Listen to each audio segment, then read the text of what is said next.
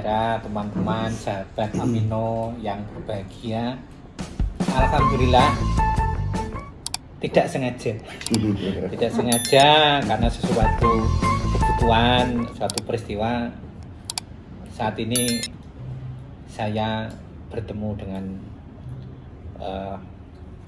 Prianton yang istimewa, yang sudah kenyang makan garam ya Pak Heru, sudah kenyang makan garam, macam-macam apapun pengalamannya melimpah ruah. Jadi Pak Heru ini jabatan apapun sudah pernah dilakoni, sehingga ya kita percayalah bahwa ini gudangnya daging semua. Ini nanti yang diceritakan Pak Heru daging semua yang istilahnya. pasti udah tua pasti itu udah lama daging semua. Jadi baik untuk kita, untuk saya, untuk para pemirsa, bagaimana Pak Heru ini kemudian menyimpulkan beberapa kehidupan yang rumit ini dalam beberapa kalimat. Gitu. Jadi mungkin Pak Heru, mungkin nasihat terutama kita ini layan publik milik pemerintah, di mana sebagian besar adalah PNS. Jadi mungkin monggo Pak Heru apa yang harus dilakukan, atau sebaiknya bagaimana PNS itu menafsirkan dirinya. Ngoten, Mbak. Ya mungkin saya bicara yang saya ingat, yang saya bisa. Okay. Nggak tahu itu bernilai atau tidak. Karena kadang-kala teman-teman kan mengatakan seorang yang sudah pengalaman, mungkin seperti dokter katakan juga. Tapi saya juga merasa hidup saya yang sudah lama, alhamdulillah. Kalau saya tidak mau belajar, mungkin yang saya peroleh ya lebih banyak bukan pengalamannya, tapi pelamaannya. Kalau pelamaan itu kan, kalau kayu jati mungkin semakin lama semakin mahal, makin galih ya, istilahnya galih ya. Tapi kalau kayu-kayu yang lain mungkin ya semakin lama pasti semakin lapuk kan. Dan itu pun alamiah, saya kira nggak bisa dilihat. Beberapa pengalaman, saya dulu mau jadi pegawai ya nggak ngerti gitu. Ya. Jadi saya kan anak desa. Oh, saya pundi? Desa saya namanya Desa Kedung Lekok, Kecamatan Kemangkon, Kabupaten Purbalingga. Itu di pinggir paling selatan. Di pinggir Kali Serayu. Kali Serayu itu kali yang paling panjang di daerah Ekskarsian Banyumas. Jadi saya SMP, SMA itu ya nyepeda zaman dulu. Ontel lah, SMP 12 kilo, SMA 14 kilo. Petani ya jadi? Bapak saya hidup di lingkungan petani, buruh tani. Buruh tani? Bapak saya kebetulan bisa jadi guru. Oh ya, jadi guru SD, pensiun daerah SD. Nah, saya banyak kenang-kenangan, sebagaimana orang lain tentu juga punya kenang-kenangan terhadap orang tua, bukan hal yang luar biasa. Tapi beberapa yang bagi saya sangat mempengaruhi kehidupan saya. Misalnya, antara lain, ketika saya lulus SMA, kebetulan saya anak desa nih, dilalah wong di kelas nggak pernah ranking. Zaman dulu kan zaman dulu kan sekolah ya pokoknya makan gelundung ya. Gelundung ya. Di kelas ya saya nggak pernah punya ranking. Tapi kan ujian negara itu. Nah, pas ujian saya gabung teman-teman, jadi saya nggak pulang di tempat kos teman-teman yang kos gabungan. Saya biasanya kan nggak kos. Jadi saya belajar banyak dari teman-teman saya yang pinter-pinter.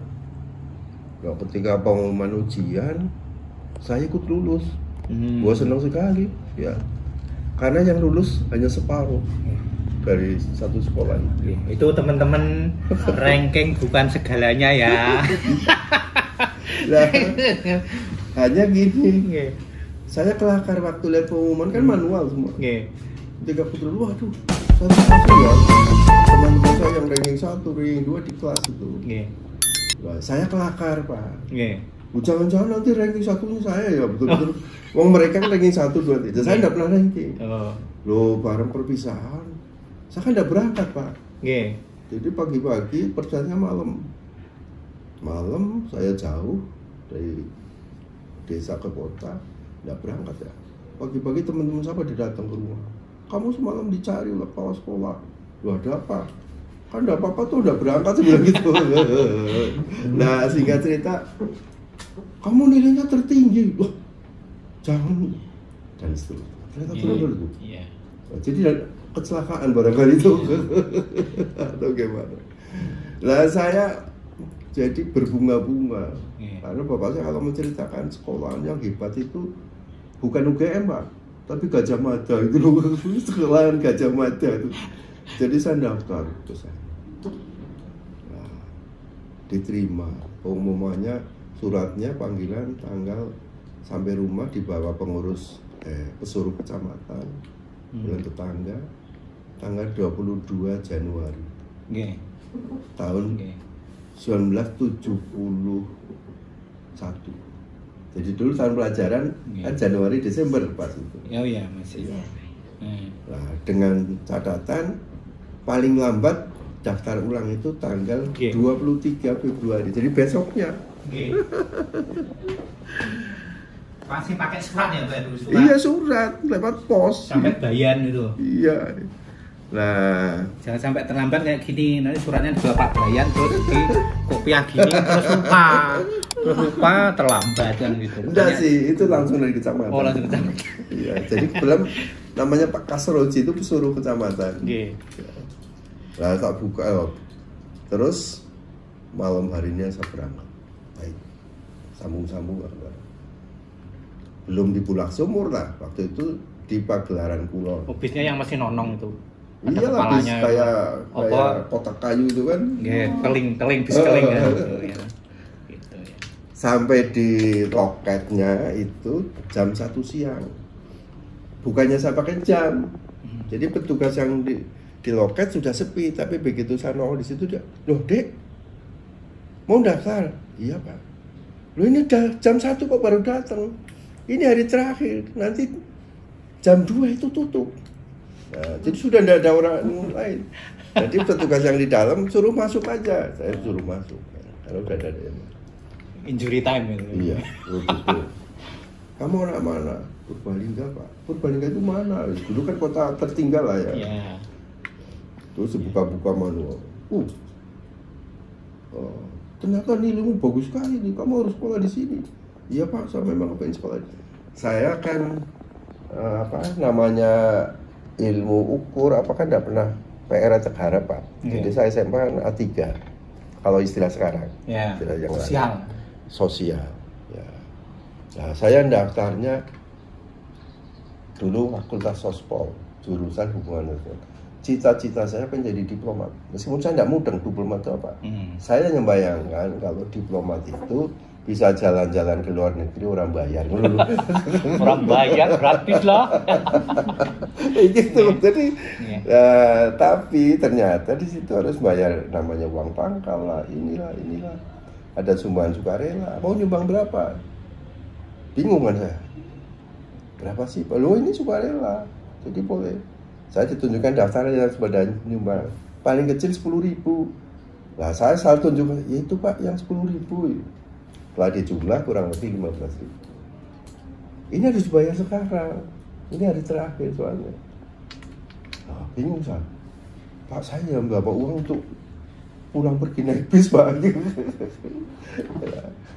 Nah, akhirnya mungkin kasihan kan. Udahlah, punya saudara enggak ada Pak. Pokoknya kamu saya beri waktu 3 hari. Tapi jangan bilang-bilang yang lain. Nanti sebelum 3 hari balik sini. Pulang sampai rumah malam, jadi baru lapor bapak saya besok ke paginya. Saya lapor, bapak saya bahasa sana Purbalingga. Wah, duit semeno sih telung dinar. Duit kan dia. Lah besok belum 3 hari saya dipanggil bapak saya. Nih bahasa Indonesianya kira-kira. Sulit cari uang segitu. Kamu cari sekolah yang tidak bayar aja. Wah, kecewa saya. Kecewa banget saya. Sekolah betul bayar, betul nonton apa sambil saya pergi. Jadi agak kurang ajar saya. Ya. Dipanggil, Lagi dibilangin orang tua kok pergi. Saya berhenti kira-kira jarak berapa meter. Tapi saya enggak ngeliat pakai bapak saya. Kamu jangan bilang enggak ada sekolah enggak bayar. Saya juga enggak tahu. Tapi kamu kan belum tanya-tanya. Tanya-tanya dulu. Dicoba tanya. Nah udah saya berhenti. Kira-kira 2 hari setelah itu saya sepedaan ke kota. Nah pas di Kulon Kabupaten itu ya dulu saya nggak kira mau jadi bupati kan. Itu ada teman saya namanya Arifin, teman seangkatan SMA. Saya langsung belok situ, dia lagi di halaman rumah. Saya masih pegang stang sepeda tapi saya udah turun di sepeda. Saya langsung, kalau saya ingat-ingat kayak lagi stres ya, kau yang ngerti sekolahan sing orang bayar ana ora ben gitu loh saya. Jawabannya ajaib. Setelah saya lewat ya waktunya, saya katakan ajaib. Ana gue ada tuh apa tuh? APDN, tidak jelas. APDN siapa itu? Itu loh sekolahan yang katanya nanti kalau udah lulus jadi camat. Saya enggak tertarik camat atau apa. Bayar ora apa? Yang penting gratis. APDN. APDN. Ya. Orang bayar ora. Aku ndek brosure kayak dia masuk ke ruang brosur. Nah itu. Terus beberapa hari kemudian saya ke Semarang. Belum pernah ke Semarang, Pak. Oh, dulu kuwi diklat Frondol kuwi dhisik. Enggak, sebelum APDN. itu.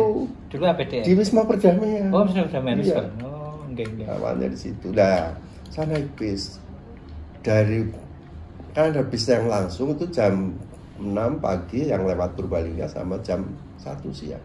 Saya naik yang jam 1. Jadi sampai Semarang itu kira-kira menjelang maghrib. Orang-orang udah mulai turun. Kalau enggak salah mungkin pas di depan rumah sakit Karyasi. Saya bingung. Saya tanya ke neknya. Mas, ini mlebet terminal boten? Pada saat terminal juga enggak ngerti. Boten, Dek. Niki langsung garasi, ini bis terakhir. Ada jam temundi. Kulo kado sekolah. Sekolah nopo? APDN. Oh, sekolah camat. Ternyata iya, ini kok camat. Niki caket garasi bis niki. Nah, jadi di ujung itu Jalan Imam Bonjol, kalau sekarang Wisma apa aja? Wisma Perdamaian toh ya? Perdamaian sekolahnya. Itu Bang ya gitu ya. Yang punya Kota Semarang, tapi maju lagi. Lah sampai di situ nih kulo dek sekolahnya. Jadi saya tidur di situ, Pak. Di bis yang ada dalam garasi, tapi udah seneng banget besoknya dapat. Tapi itu terlalu panjang loh tak ceritakan. Nah, yang saya ingat-ingat kata-kata bapak saya. Kamu jangan bilang enggak ada sekolah enggak bayar. Kamu tanya-tanya dulu. Ya. Nah, jadi saya punya kata-kata yang selalu saya nasihatkan ke anak-anak muda yang mengalami ya ketidakmudahan lah ya. Iya. Jangan takut, jangan segan mencoba. Ya, mencoba. Karena kesimpulan saya mungkin salah. Hidup ini ternyata lebih banyak trial and error. Ya. Jadi tidak usah segan mencoba. Mencoba hal yang baik itu tidak ada salah. Kalau berhasil, alhamdulillah. Kalau belum berhasil, kita tidak berdosa, tidak melanggar hukum.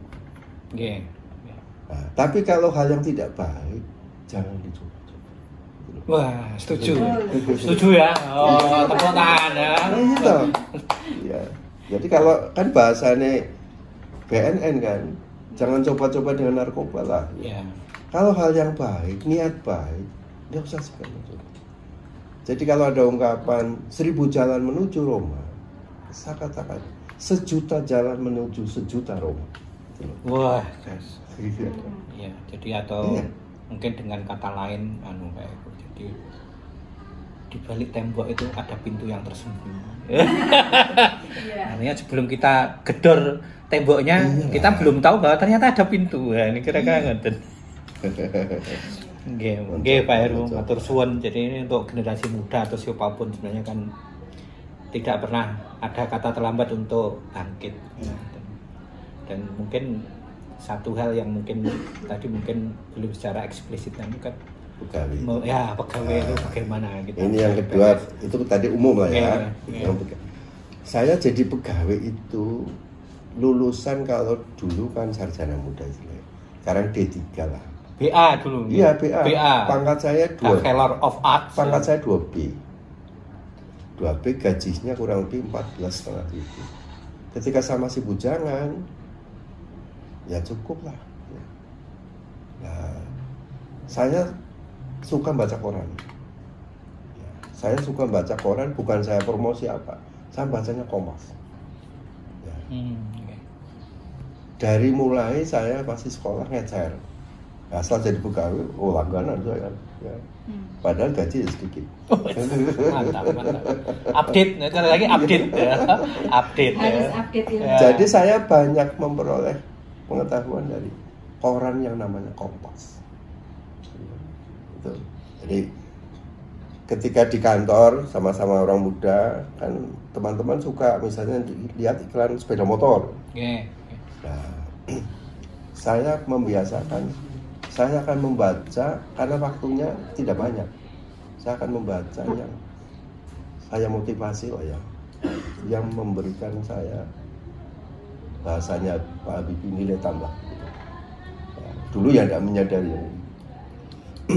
Nah, kemudian saya kan dikembalikan ke daerah tuh di Purbalingga. Waktu sekolah nyepeda, waktu menjadi pegawai saya kos di kota.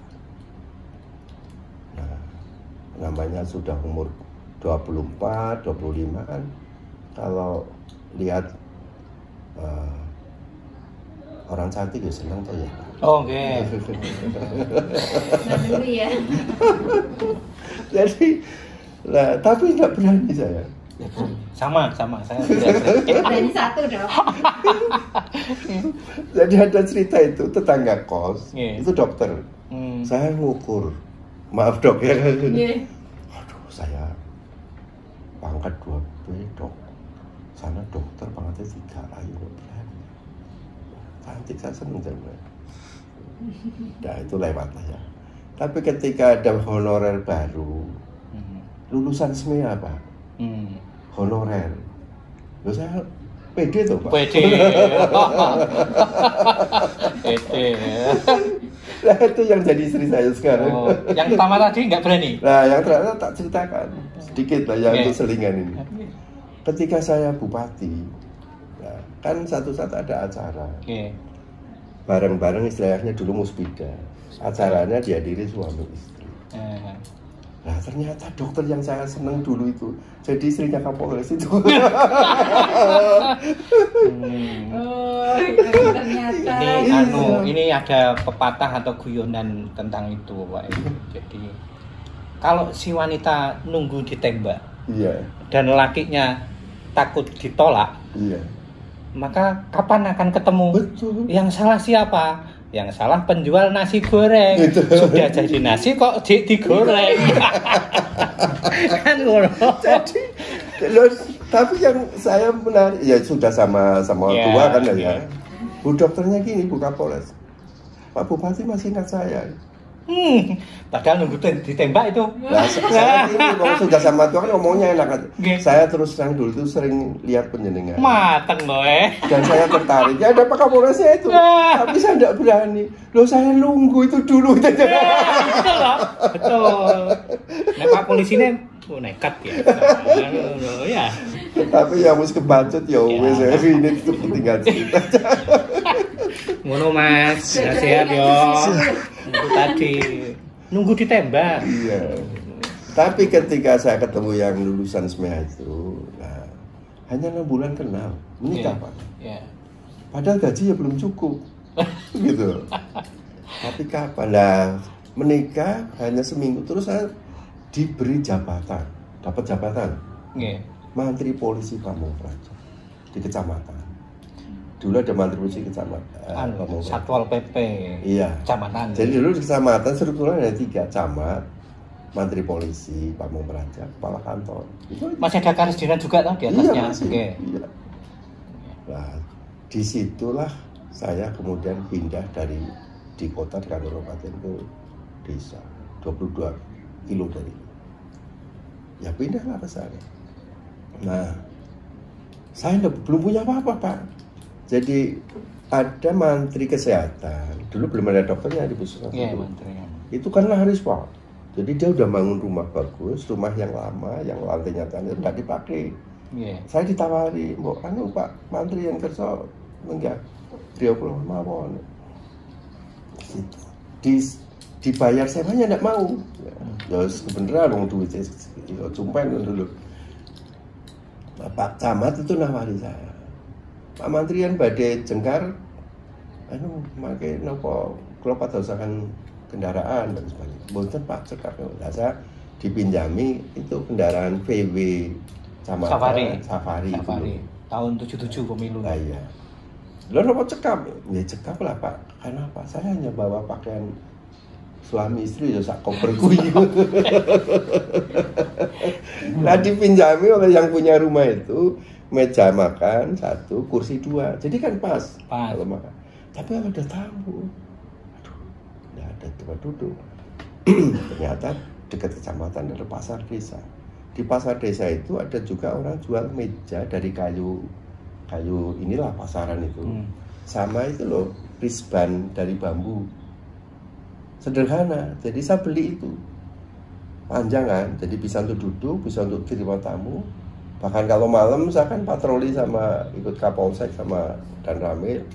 Saya dengan anggota Pol PP kalau udah capek tidur bisa untuk tidur.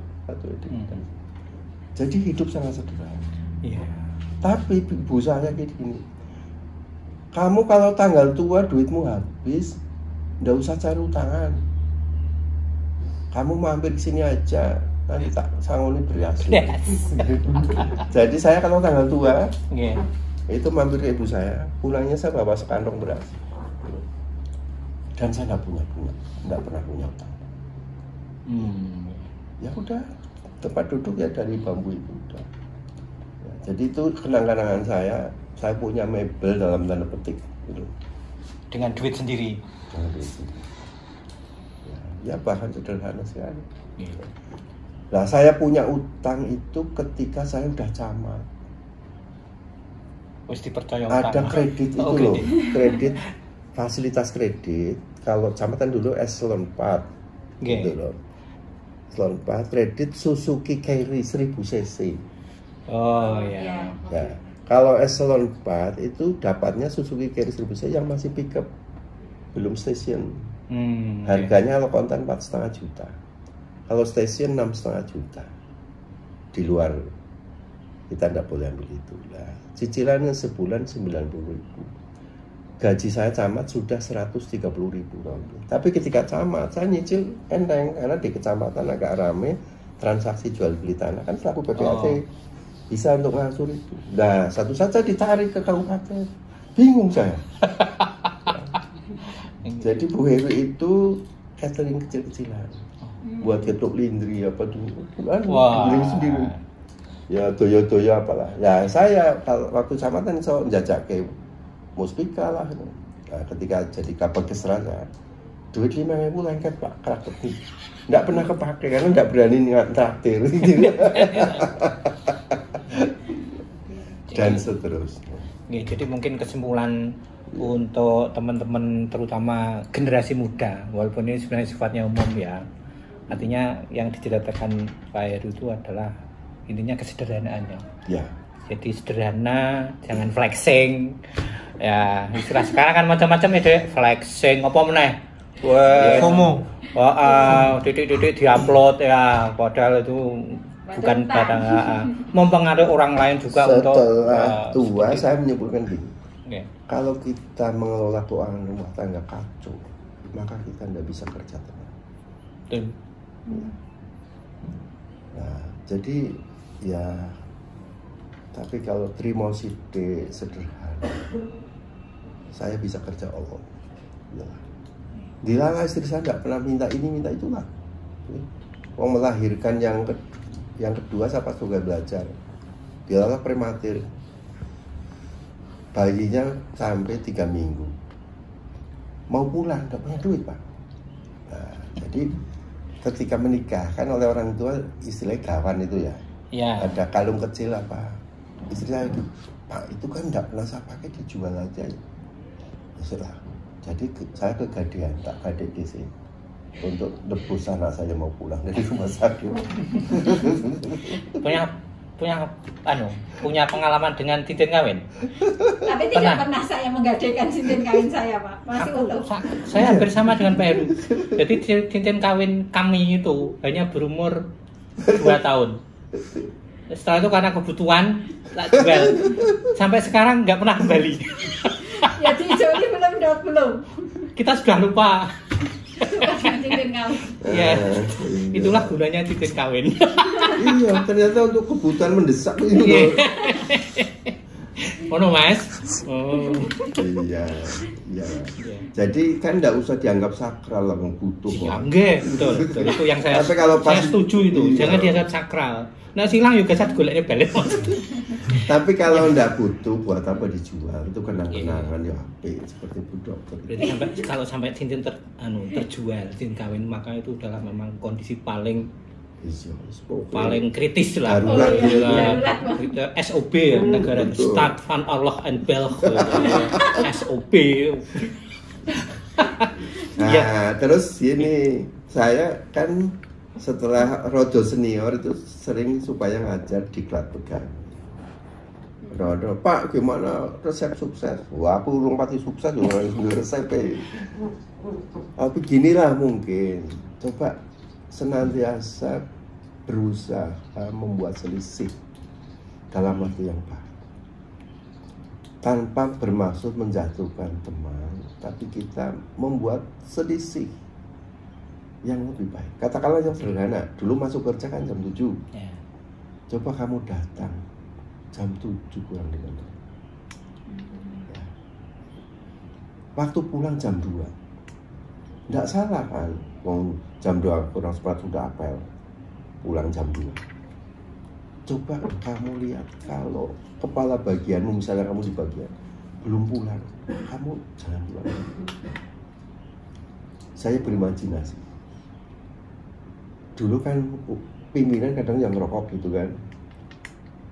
Pimpinan biasanya itu belum pulang ketika surat yang harus segera selesai belum diterima. Dia hanya menyisakan 1 atau 2 orang yang tidak boleh pulang.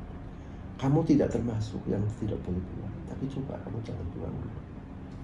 Nah, satu saat pimpinan itu jadi tidak butuh yang penting, karena lembur pengen ngerokok, orang ngerokok, jadi dia keluar dari ruangan. Loh, Dek, kok belum pulang? Iya, Pak. Kalau belikan rokok saya tidak apa-apa, mau. Intinya tunjukkan bahwa kita itu siap diperintah, bukan selalu menghindar cepat-cepat pulang, nanti malah diperintah.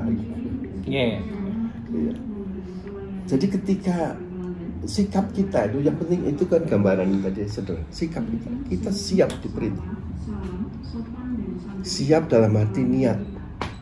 Kalau diperintah sama, alangkah baiknya kalau kamu juga membekali diri.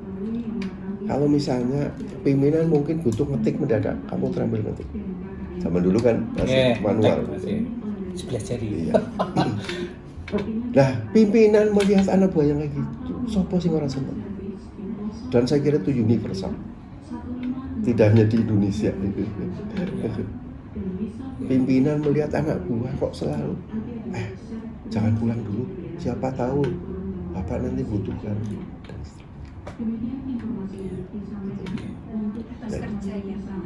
Itu mungkin dalam bisnis modern itu apa yang disebut positioning. Jadi sebuah produk, entah itu barang atau jasa atau orang, itu harus mempunyai posisi yang istimewa dibanding yang lain, sehingga kan menjadi pilihan pertama pada saat masyarakat atau orang mencari posisinya di situ. Padahal pengorbanannya tidak berselisih terlalu banyak. Kalau dikatakan cost atau pengorbanan, nah, tapi menjadi pembeda. Branding ya, iya, branding diri sendiri. Ya itu Saya ketika pas sekolah tugas belajar untuk cari S1 di asrama kan di Jakarta, di flat tempatnya. Flatnya mulai dari flat A sampai I banyak. Kan sering kalau libur itu sepi, ada tamu tanya mau saudara, dulu kan komunikasi tidak kayak sekarang. Saya bukan dicela, diledek oleh teman saya. Mas, kok koyo resepsionis gitu? Kenapa? Nah, saya kan kalau libur sepi nonton TV kan diadaan itu. Jadi kalau tamu nyari saudaranya apa kan mesti ke situ. Di apa pun jenenge? Lobby. Di lobby. Ya. Nah, lobby, ya. Saya enggak segan-segan mencarikan kamarnya sana Pak. Kan kalau orang enggak biasa enggak ngerti, tak antar lah. Dilala pas ada misalnya, atau mungkin juga pas enggak ada. Nah, ternyata yang kayak gitu kalau dibiasakan, kita senang. Ya, gawe senang dengan orang lain. Membuat senang orang lain, menyenangkan orang lain. Enggak, kita bukan lowong sedikit lah, jalan sedikit itu. dan itu mungkin jadi pembeda. Ya. Yeah. Dulu enggak saya sadari itu, bukan niatnya cari pengalaman, kenal aja enggak. Yeah. Ya. Malah diledek teman saya, ya resepsionis pasti. Oh iya, seringnya gitu. Oke, Pak Heru, saya kira mungkin waktu kita ini sebenarnya, saya yakin banyak cerita dari Pak Heru, tapi mungkin memang waktu kita yang terbatas, jadi mungkin 1-2 kalimat untuk kita semua. Nanti kalau kita nanti kita hubungi lagi Pak Heru untuk ngobrol lagi ya. Kira-kira monggo untuk kita semua, Pak. Jadi kalau kita pegawai itu kan ya umumnya tidak langsung jadi pimpinan kan. Bahkan jadi pimpinan pun masih ada pimpinan di atas. Bagaimana kita menyikapi, membuat diri kita itu bersikap siap kerja, siap diperintah, siap melayani, yo melayani pimpinan, yo melayani warga, begitu dan seterusnya. Itu satu. Yang kedua, ya berbaik-baik dengan siapapun lah. Jadi kan ulangan di musola kecil pun ternyata juga bermakna itu.